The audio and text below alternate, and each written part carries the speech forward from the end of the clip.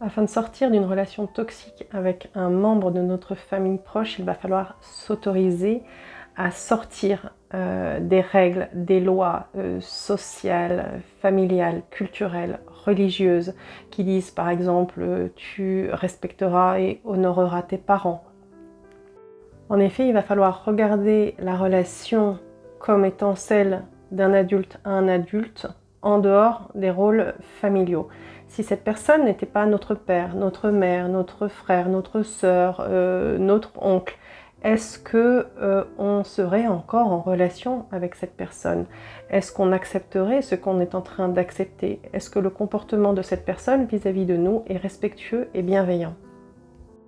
En réponse aux commentaires ci-dessus, je vais parler de la culpabilité qui est un véritable verrou à l'amour de soi, et je vais parler du cas particulier des enfants qui ont eu un parent dépressif, un parent qui va mal psychologiquement, qui a une dépendance alcoolo-tabagique, etc. Et dès le plus jeune âge, les rôles ont été inversés. L'enfant, instinctivement, archaïquement, et parce qu'il a besoin de son parent, va essayer de sauver le parent, et bien souvent, cela continue lorsqu'on arrive à l'âge adulte. La personne, que nous ayons été enfants ou que nous soyons devenus adultes, est un adulte et il a donc la responsabilité de s'occuper de sa souffrance. Et s'il vous culpabilise, plus ou moins consciemment et plus ou moins ouvertement, de sa souffrance, de ne pas assez s'occuper de lui, eh bien il n'est pas dans son rôle d'adulte et dans sa responsabilité. Il est en train de jouer la victime dans un triangle bourreau-victime-sauveur, et il vous désigne tantôt comme son sauveur et tantôt comme son bourreau quand vous n'en faites pas assez pour lui à son sens. Mais on ne peut pas sauver l'autre de sa souffrance. On va seulement comme mettre un pansement, combler un manque, colmater une brèche, mais il n'y a que la personne qui peut aller à la rencontre de sa souffrance, s'accueillir et se guérir.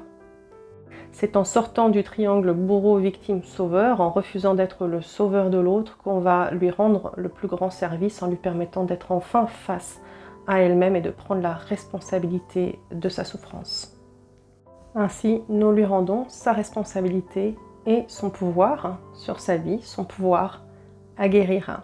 Pour ça, évidemment, il va falloir accepter notre impuissance à sauver l'autre, à sauver notre proche, et accepter de le voir souffrir.